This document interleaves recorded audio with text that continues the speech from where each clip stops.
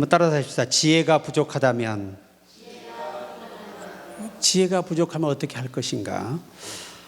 잠언 4장 7절에 보면 지혜가 제일이니 지혜를 얻으라. 내가 얻은 모든 것을 가지고 명철을 얻을지니라. 그러니까 하나님이 주시는 지혜를 가지고 충족되면 거기에서 발생되는 열매가 명철이에요. 명철이라는 이 원문의 말은 거룩한 자를 안다는 뜻입니다. 지혜는 아는 것, 이해하는 것을 의미합니다.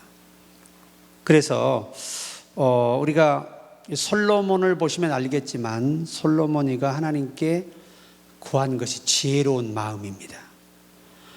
라틴어로 번역하면 깨닫는 마음이에요. 우리나라 말로 번역하면 이해할 수 있는 마음입니다. 그러니까 하나님의 생각을 이해할 수 있게 해달라는 겁니다. 근데 원문의 번역은 하나님께서 내게 당신의 생각을 주시기를 소망하는 그런 원문의 뜻이 있어요. 그게 지혜라는 말입니다. 그 솔로몬이 이 지혜에서 명철의 그 수준에 올라간 것은 그 두 엄마가 아이를 낳았습니다. 그런데 한쪽의 엄마가 조금 그 잠꼬대가 심했나 봐. 그래서 애를 그냥 잠꼬대다가 눌려서 죽인 거예요. 그리고 애를 바꿔놓은 겁니다. 아무리 사람이 바보 같아도 자기 자식은 부모가 알거든요. 엄마가 자기가 낳았으니까. 이 분명히 자식이 바뀌었다면 너무나 억울하니까 이제 소송을 한 거죠. 요런 같으면. 그런데 밑에 하부 조직부터 50부장, 100부장, 1000부장을 거쳐와도 해결이 안 되는 거예요. 그래 결국은 최고의 상고기관인 이 솔로몬 왕에게 재판이 의뢰가 됐습니다. 그래서 솔로몬 왕이 딱 이 상황을 들어보니 하나님이 순간적으로 그에게 거룩한 것을 아는 지혜를 허락하신 거예요. 이게 명철이라는 겁니다. 분별해내는 게 명철이에요. 지혜는 아는 거지만 이 지혜를 활용해서 어떻게 정답을 내릴 것이냐, 이게 명철입니다. 그런데 솔로몬이 칼을 가져오라 그러는 거예요. 간단하다. 그냥 이 살아있는 아이를 나눠서 반쪽씩 나눠줘라 그런 거예요. 그러니까 모성애가 얼마나 큽니까? 진짜 엄마가, 그 가짜 엄마는 차라리 그렇게 해주시지요. 그런데 이제 그 친모가 왕이여 저 여인에게 아이를 주시고 죽이지 마소서. 그러니까 솔로몬 왕이 딱 답을 내리잖아요. 이 아이를 죽이지 말고 살려달라고 한 이 여인에게 아이를 주어라. 이 여인의 아이니라. 그래서 그 당시의 문명에서 이 정도 이 명철을 가지고 분석을 해낸다는 건 굉장한 거예요. 그러니까 지혜는 아는 거지만 이거를 어떻게 활용해서 결과를 나타내는 이게 명철이에요. 그래서 우리에게 뭐가 필요하다? 명철이 필요합니다. 좀 고개라도 끄덕거리시기 바랍니다. 알아들었는지 못 알아듣는지 이해가 내가 안 돼서 그래. 네? 자, 그래서 우리가 성경을 보면서 지혜가 제일이라고 솔로몬을 통해 여호와께서 말씀하셨어요. 이게 가장 큰 게 뭐죠? 아는 게 중요해요. 바르게 알고 바르게 활용하는 게 뭐다? 명철이라는 겁니다. 굉장히 중요한 말씀이에요. 잠언 13장 18절에는 지혜를 그 얻은 자에게 생명나무라. 지혜를 가진 자는 복되도다. 이 복된다는 이 원문의 말은 하나님의 것을 소유하다라는 뜻이에요. 이 히브리 교리서의 번역이라든가 미드라시 번역을 보면 하나님이 주시는 것들을 내 속에 소유한 것이 복이에요. 그러니까 이미 하나님은 당신을 알게 하는 자 안에는 당신이 어떤 것을 명령하고 주더라도 순종하고 따를 수 있는 능력을 겸하여 주셨다는 거예요. 그러니까 우리가 성경을 보시면 하나님의 직접적인 명령을 어겼을 때 그는 살아남을 방법이 없잖아요.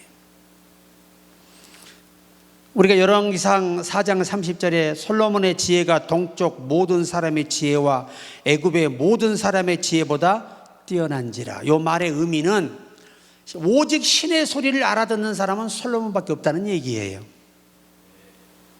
여러분, 세상에 사단의 지배를 받는 그런 왕들의 머리에서 뭐가 나오겠어요?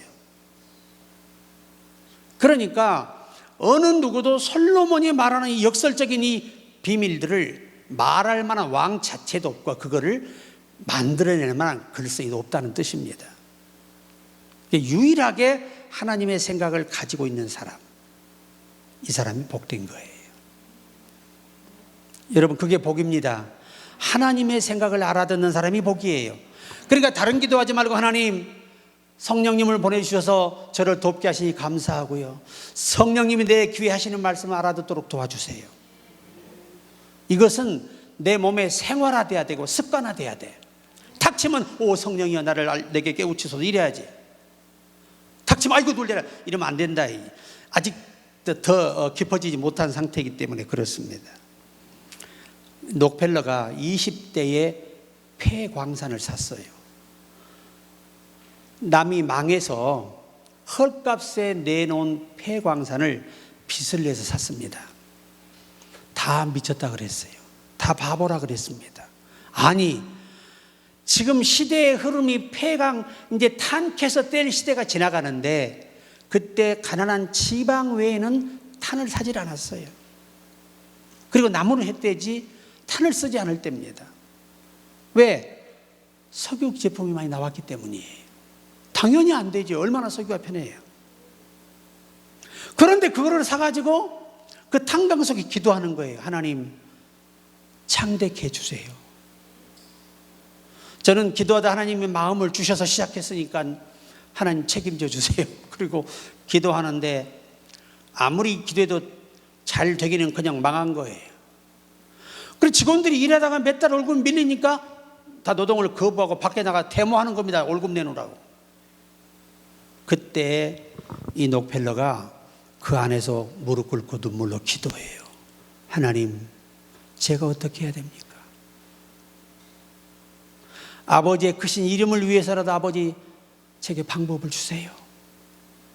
이젠 하나님 외에는 어떻게 할 방법이 없습니다 하고 통곡하고 울고 있는데 음성이 들려요. 록펠러야, 지금 탄광의 탄을 캐라. 혼자 다다다다다 기계로 캐는 거예요. 혼자. 하루, 이틀, 3일, 4일, 5일, 6일째 되는 날 갑자기 시커먼 물이 확 솟구친 거예요. 좀 놀라지 말고 아멘을 해. 너무 엄청난 일인데. 아, 그래, 이 성분을 검사해 보니까 석유야. 석유. 그래서 30대에 뉴욕의 부자가 되고 40대에 미국의 부자가 되고 50대에 세계 부호가 된 거예요. 그 순간, 진짜 극박한 순간에 그의 선택이 바로 그 인생을 바꾼 겁니다. 그게 뭐요? 하나님께 방법을 묻는 거예요. 막히시거든 하나님만이 길이시기 때문에 기도하면 기적이 일어날 것입니다. 전도서 7장 19절에도 지혜가 지혜자를 성읍 가운데 있는 10명의 권력자들보다 더 능력 있게 하느니라. 지혜로운 사람, 하나님의 생각을 가지고 계획하고 움직이는 사람은요, 세상에 어떤 박사고 학사고 할 것 없이 그를 따를 수가 없어요. 왜? 인간의 가장 지혜로운 것이 하나님의 가장 미련한 것보다 못하다고 말씀하고 있어요. 그러니까 여러분이 이 땅에서 성공 비결은 하나님의 생각을 누가 빨리 알아듣느냐가 승부수예요. 참, 우리 옛날에 배우면 아멘이 100분의 1도 안 돼. 그 정도 아멘 하잖아요. 파리도 안 웃어. 우리 집회 다닐 때 40년 전 막 그때 시즌에는요, 손만 들면 아멘! 이렇게 끝났다고. 그냥 이 건물이 무너질 정도예요, 아멘 소리가. 우리 봐봐, 지금. 할렐루야? 죽도 안 먹고 온 사람들 같아. 앞으로는 좀 잘 드시고 오셔서 배심 있게 아멘도 하시기 바랍니다. 아멘을 안 하잖아요. 거짓 신자입니다.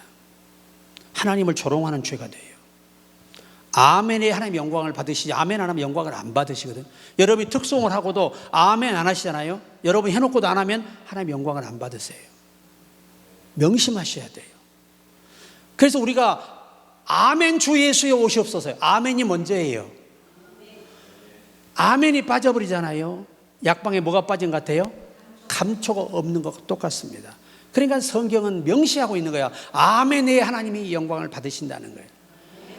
찬양하고 아멘, 모든 영 하나님께 돌립니다. 얼마나 하나님이 이뻐 기뻐해. 찬양도 끝나고도 아멘, 모든 영 하나님께 돌립니다. 얼마나 멋있어. 그러니까 하나님이 기뻐할 수 있는 언어를 쓰시라고 성경이 가르쳐 주는 거죠. 그러니까 성경이 The Bible Information이잖아요. 성경은 안내서예요. 너희도 이렇게 해보라는 겁니다. 그러면 된다는 겁니다. 아멘은 한 사람밖에 안 했어. 이 록펠러가 50대 후반에요, 죽을 병에 걸렸습니다. 3개의 부호가 죽을 병에 걸렸어요. 여러분, 그 죽을 병에 걸려 6개월밖에 못 산다는 사형언도를 받고 나니까 자기가 뒤를 돌아보면 돈이 무슨 소용이 있으며, 내가 나에게 그렇게 충성했던 사람들이 무슨 소용이 있으며, 나 죽으면 아무 의미가 없어요. 자, 병원에 누워 있으니까 친척들도 어쩌다 한번 왔다가 안 오고, 왜? 돈을 주니까. 자식들도 뜸하게 오고, 아는 사람들이라고 친했던 사람들은 더 뜸하게 오고.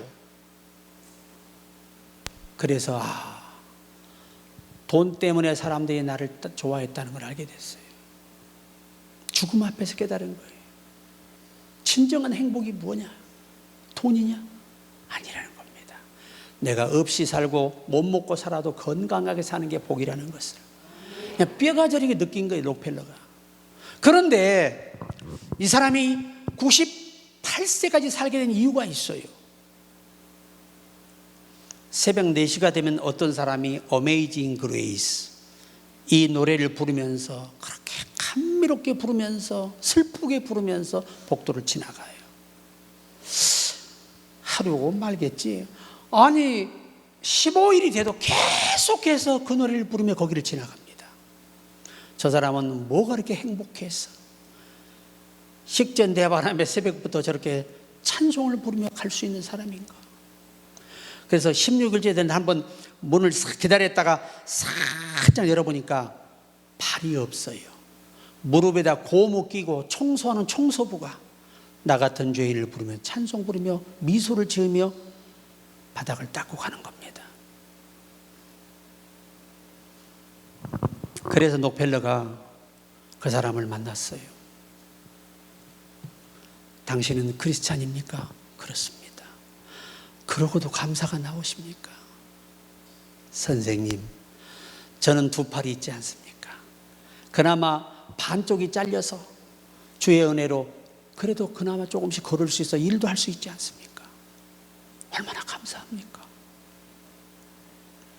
그러니까 이 록펠러가 자신이 너무 비참하고 부끄러운 거예요. 내가 이렇게 엄청난 부호가 돼도 하나님께 진실한 감사를 한 번이나 해본 적이 있느냐라고 하는 거예요. 그래서 그가 그를 보내놓고 복도에 걸려있는 말씀에 붙잡히게 됩니다. 주라, 그리하면 너에게 줄 것이니 누르고 흔들어 넘치도록 안겨주리라.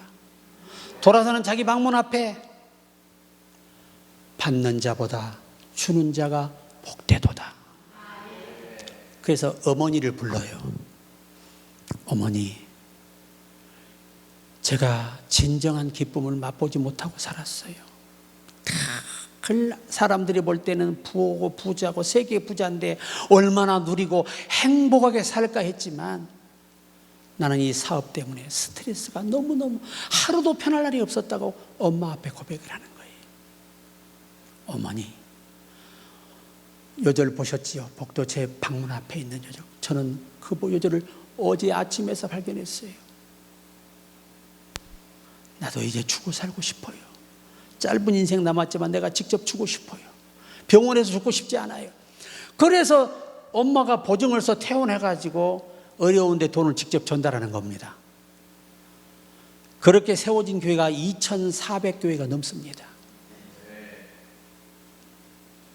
너무나 많은 사람들을 도왔어요. 그래서 그는 6개월 사용원도에도 불구하고 죽지 않고, 왜? 주는 기쁨이 얼마나 행복한지, 얼마나 감격스러운지, 병이 그 기쁨 속에서 사라져 버렸어. 암이 없어져 버렸어요. 그래서 98세까지 산 거예요. 건강하고 싶으십니까? 주는 즐거움을 맛보세요. 주라 그러면 아멘이 좀 떨어져. 왜? 어떻게 줘? 어떻게 번 돈인데 어떻게 줘? 그게 사람이에요, 사람. 근데 록펠러는 그때부터 내가 나를 부자 만들어준, 나를 태어나게 이 도시에서 뭘 해야 할까? 그가 고민한 것이 뉴욕 전체 수도세를 내주는 거예요. 지금 여러분 미국 뉴욕 수도세가 얼마인 줄 아십니까? 지금까지 내고 있어요. 한 사람이 수도세를 내고 있어요. 록펠러의 유언이에요. 이 회사가 없어질 때까지 계속해서 수도세를 내줘라. 우리 시민을 위해서 헌신해야 된다. 한 달 수도세가 여러분 얼마인 줄 아십니까? 놀라실걸? 500억입니다. 뉴욕시 시민세 수도세가 500억, 지금은 700억이랍니다. 그런데 그렇게 죽어도 지금도 계속 교회를 세우고 있대요. 그 자식들이. 그런데 회사가 기울어지질 않잖아요. 우리가 하나님께 지혜를 어려울 때 구하세요. 조금 늦더라도 하나님께 지혜를 구해서 하나님이 방법을 주실 때 순종하시면 여러분과 내가 상상할 수 없는 은혜를 하나님이 주시는 것입니다.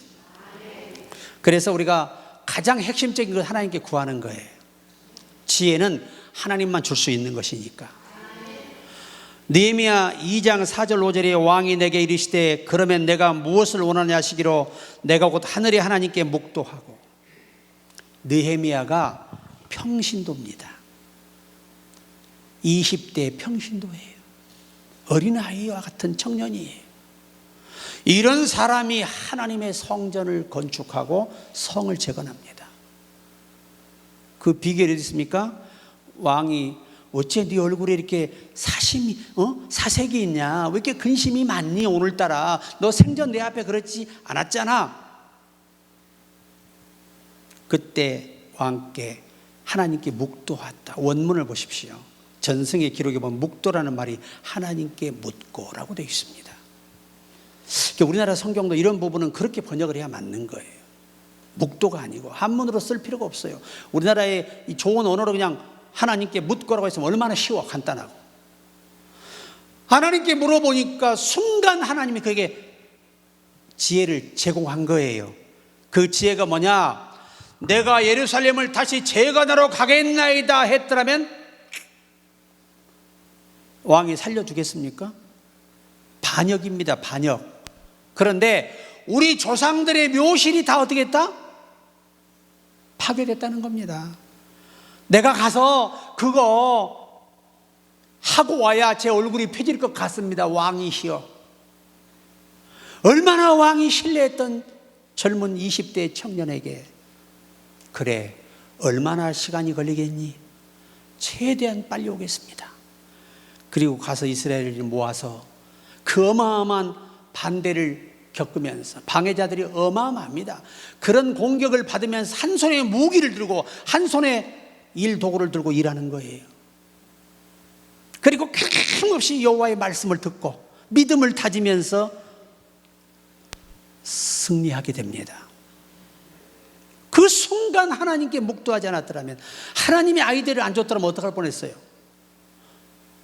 그도 죽고 이스라엘의 박해는 말로 할 수 없죠. 항상 모든 상황이 급할수록 무릎 꿇어 기도하라. 그래야 기적이 일어납니다. 미국의 벽난로 있잖아요. Fire freeze, 그래요. freeze, fire freeze. American fire freeze 이렇게 영어를 씁니다. 이게 벽난로, 우리나라 말로 벽난로란 말이에요.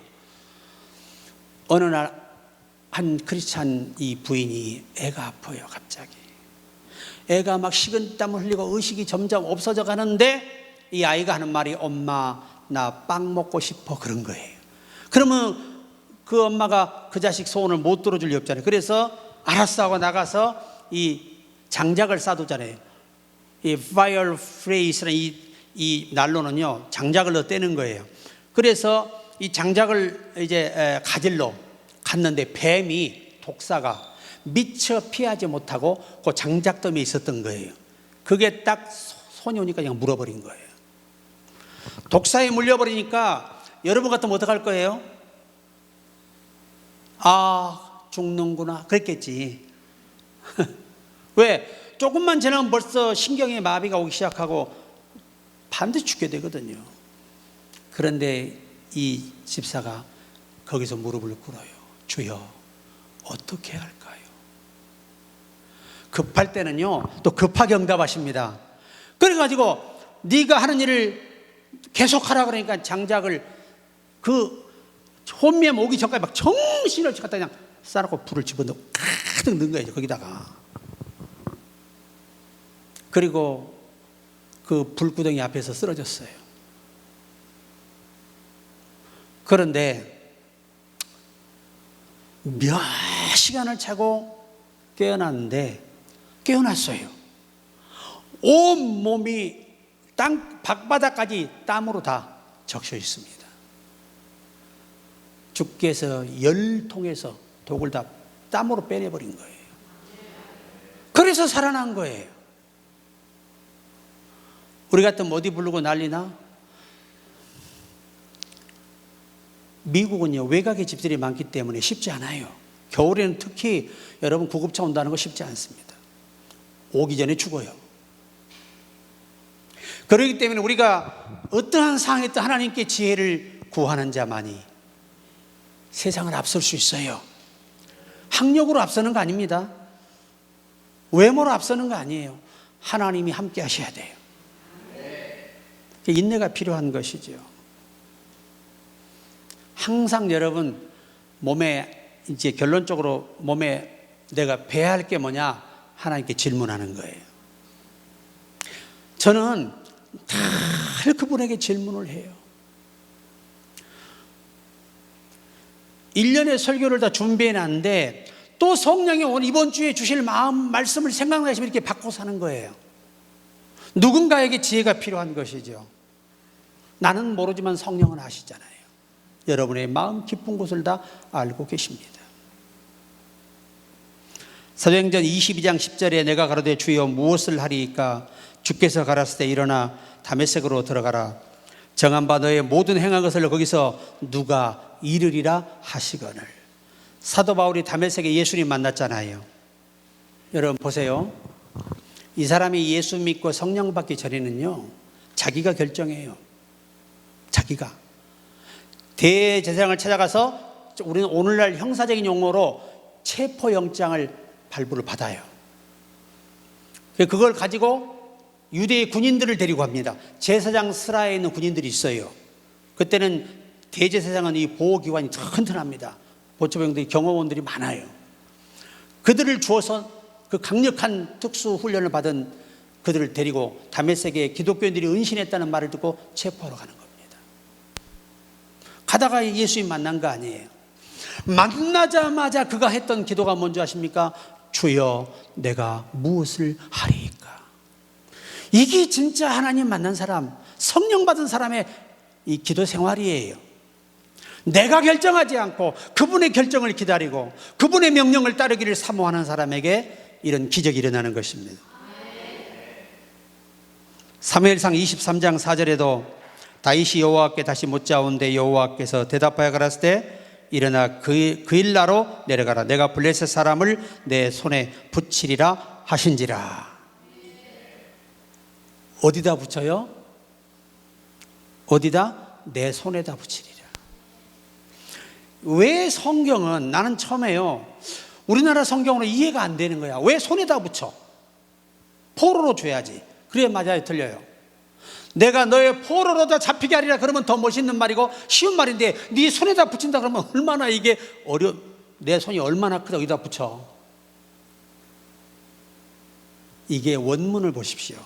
이 편이 오른 내 손이라는 말이요, 이게 내 손에 붙인다는 말의 의미가 뭔 줄 아세요?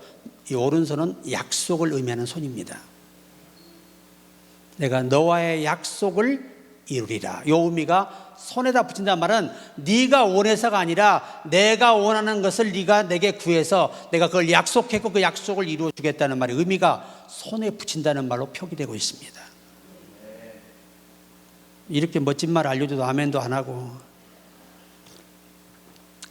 그러니까 우리가 공부를 많이 해야 돼요. 그래야 아주 정확하게 설명이 가능한 거예요.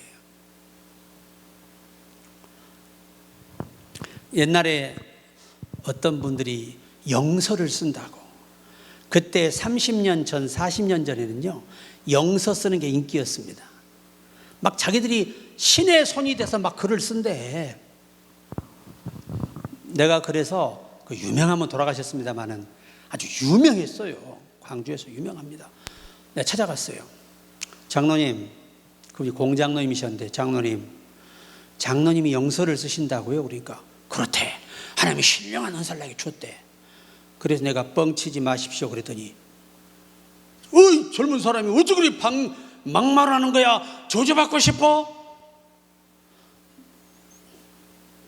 내가 조주받으려면 왜 왔겠습니까? 영서라는 참뜻은 하나님이 친히 쓰시는 글을 말하는 겁니다. 돌에다 십계명을 새기시고 벽에다가 메네메네 대겔 우바르시니라. 이거 원문은 단수 명사야. 하나님 외에는 그 친필을 쓸 수 없어. 좀 이해가 되십니까? 그럼 그가 쓴 것은 뭐냐? 성령의 감동을 따라, 순간의 감동을 따라 이 히브리어나 헬라어를 쓸 수 있는 거예요. 다른 용어들을. 이 구분이 돼야 돼. 오직 신선은 신만이 가지고 있는 거예요. 절대 주권자만이. 이걸 내가 알려드렸어. 그랬더니 그 뒤로는 이제 영서를 안 하고 하나님의 감동으로 내게 주신 은혜로 쓴다고 얘기를 하더라고. 그러니까 성도들이 은혜를 받잖아. 같은 말도 큰 실수, 신성모독하는 죄를 짓는 그런 언어를 쓰면 안 돼. 왜 그랬느냐? 그분들이 성경 상식이 없고 은사는 강하게 받고 불을 받다 보니까 그런 실현을 했던 거예요. 자기만의 나홀로 해석을 하면 큰일 나는 거죠. 그러니까 하나님의 하실 일을 내가 뺏으면 돼야 안 돼요? 안 되는 거야. 하나님의 거룩한 주권은 영원히 우리가 지켜드리고 높여드려야 하는 것입니다. 그게 다윗이 하나님께 늘, 다윗은 뭐예요? 이렇게 물을 수 있을 정도까지 되고 바로 대화가 가능할 정도라면 얼마나 다윗이 기도를 많이 하고 찬양을 많이 했는지를 성경이 보여줘요. 난 하루에 7번 여호와를 뭐하리다? 찬송하리다.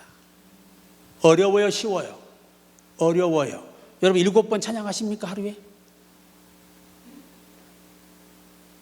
뭐 평상시 뭐 일하다 가실 수는 있어요. 그거 굉장히 중요한 거예요. 그래야 기도가 거절이 안 되거든요. 반드시 응답됩니다. 시편 66편 20절에 여호와를 찬송하리로다. 저가 내 기도를 물리치지 아니하시고 내게서 인자를 거두지도 아니하시리라. 그러니까 박자 안 맞아도 돼. 혼자 부를 때는 반주 없으니까 그냥 막가파로 불러. 우리 어머니처럼 그냥 한 곡으로 전곡을 다 부르면 되는 거야. 나 같은 죄인 살리신 그 은혜 놀라워 내 주를 가까이 하게 하면, 이게 다 한 곡으로 통하는 거야 이게. 그래도 하나님 뭘 보셔? 그 마음을 보시고. 악보는 볼 수 없고 곡을 할 수는 없지만 그냥 큰 눈물로 그 곡을 또 감정적으로 부르셔. 참 지금 생각하면 우리 어머님이 참 순수하신 분이었죠. 시골 분이셨고.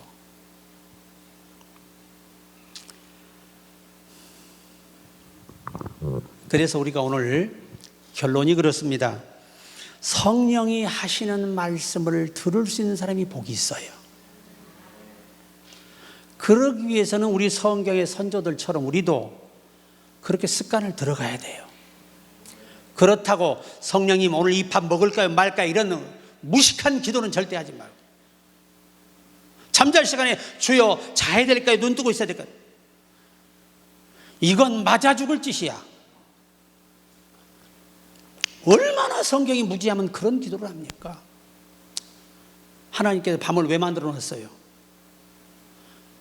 기도해서 묵고 안 묵고를 해서 잠자고 앉아야 되는 거예요? 그냥 자면 돼. 코 골고 자, 열심히. 너무 늦게까지 자지 말고 일찍 일어나고. 밥, 주여 먹으리까 말이까 그런 정신 나가는 내가 사람을 만나서 그래. 그래서 우리 교회 잘랐잖아, 그 당시. 왜? 정신이 모자라. 아니, 담임 목사가 기도하고 축복해놨는데 주님이 먹지 말라는데? 그래서 영원히 먹지 말고 교회 쫓아내버렸어. 이게 말이 되겠어요, 이게? 여러분, 음식은 뭐하러 뭐라고? 임의로, 감사함으로 먹으면 버릴 게 없어요. 그런 기도. 배 터지게 먹으면서 오늘 탈환할 줄 믿습니다. 꼭 탈환하다, 그 사람은. 이건 하나님을 시험하는 거예요. 항상 적당히 드시기를 바랍니다. 살찌게 먹지 말고 살이 덜 찌게 잡수고, 배 나오게 살지 말고. 내가 배 나와 보니까 몸만 아파. 이게 들어가야 이게 덜 아픕니다. 하여튼 게으른 사람들은 배가 나와요. 게으르면 배가 나와요. 어떤 사람은 질병 때문에 나오는 사람도 있어요. 살이 찌고. 그러나 우리 교회는 제가 지금 39 이렇게 38 입다가 36을 입잖아요. 이건 기적이야. 야, 요만큼 나올 때는 한 거의 100kg 이상 나가요. 근데 요거 빠져버리니까 딱 빠지니까 몸이 얼마나 가벼운지 몰라. 있는 병도 내가 싫어서 도망가더라고. 여러분도 그러시길 바랍니다. 돈 벌라 그러면 아멘을 잘하고, 대박 나라 그러면 아멘 잘하고, 헌신하라 그러면 아미.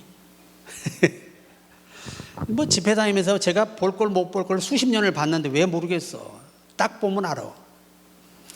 자, 야고보 4장 2절, 너희가 욕심을 내도 얻지 못하고 살인하며 시기하여도 능히 취하지 못하나니 너희가 다투고 싸우는도다.